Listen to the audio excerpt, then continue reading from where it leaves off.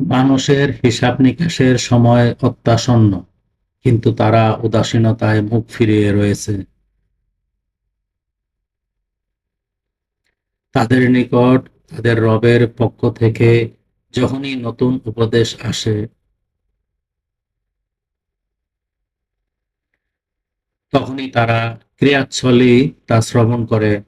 তারা থাকে অন্যমনস্ক।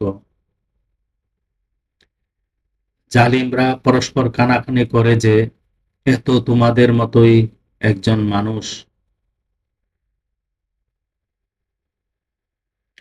এরপরও কি তোমরা জেনে শুনে জাদুর কবলে পড়বে? সে রাসূল বলল, আকাশমণ্ডল ও পৃথিবীর সব কথাই আমার রব অবগত আছেন।